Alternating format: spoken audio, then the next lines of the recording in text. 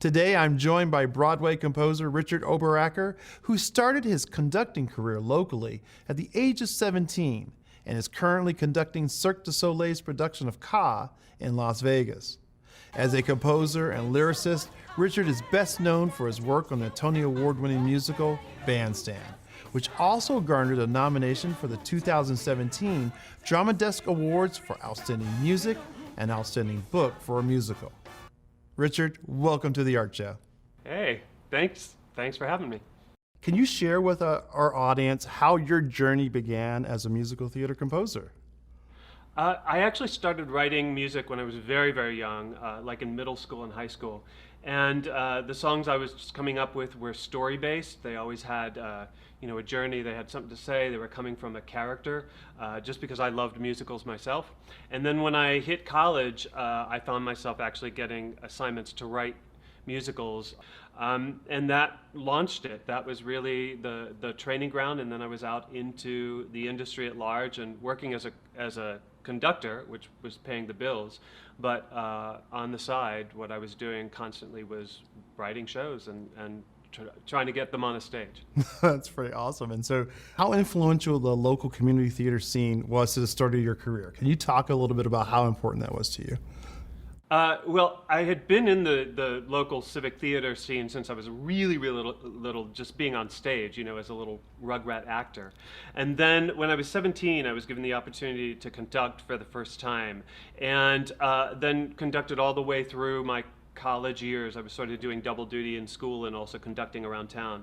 And what it afforded me was the opportunity to hone my skills without huge stakes. These are not multi-million-dollar budgets. You're not going to get fired if you screw up. Right. And so it was a really great training ground to develop not only the conducting skills, but truly, Rodney, the important thing that I really learned was the people skills. I learned how to collaborate. I learned how to be a better person, which is well more than 50% of the job.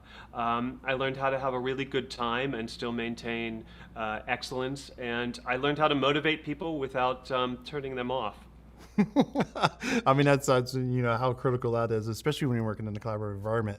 And so I know that you had studied dramatic performance at CCM, and so what prompted the study of dramatic performances? How did that impact your music and your writing? Because that's really important.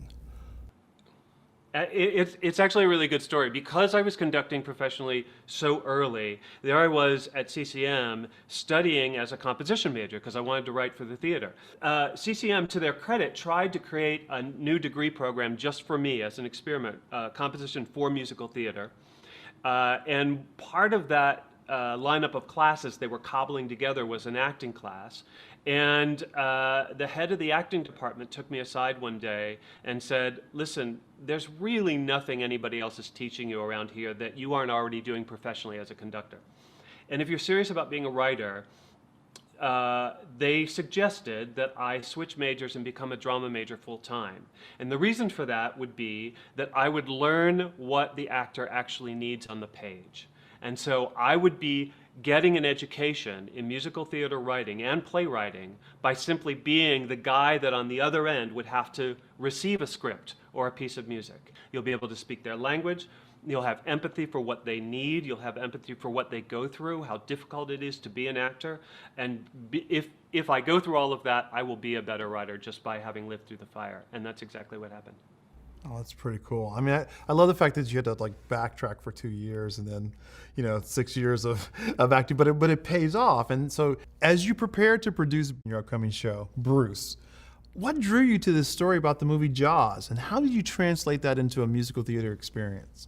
I think it's important right away to say that Bruce is not a musicalization of either the movie or the novel Jaws. Good. It's about how the movie was made, and it's based on a book called The Jaws Log that was written by Carl Gottlieb, who also wrote the screenplay for the movie Jaws and starred as a supporting actor in the movie. And it's an idea that I actually had before I even met Rob, well over 20 years ago. I am a movie buff myself. The story behind how that film was made is pretty infamous if you like movie trivia.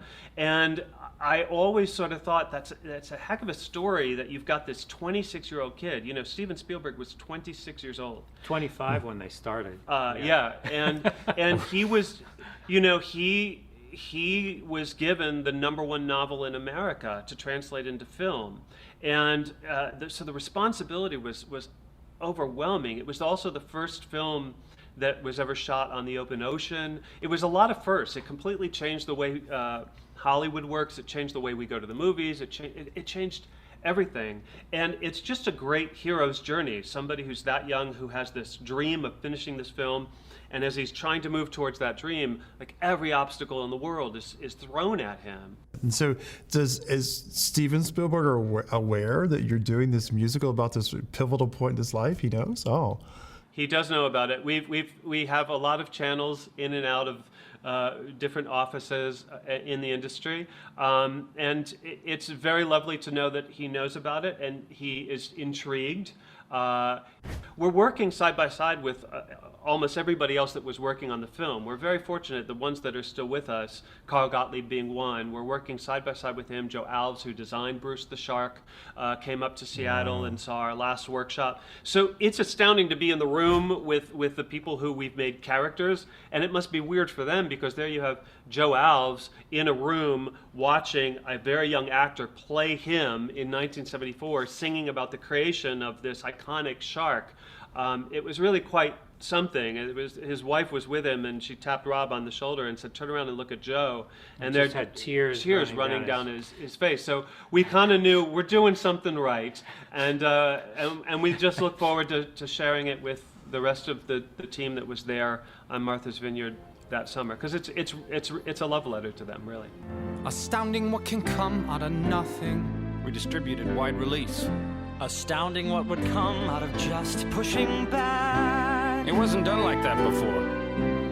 Breakthroughs, suddenly breakthroughs. It won 3 Oscars. It was new. First feature shot at sea. The options were few. Groundbreaking special effects. And I made my choice. Broke all box office records. And I found my voice. And we changed things forever. Never knowing what we changed would never be the same. We changed things forever.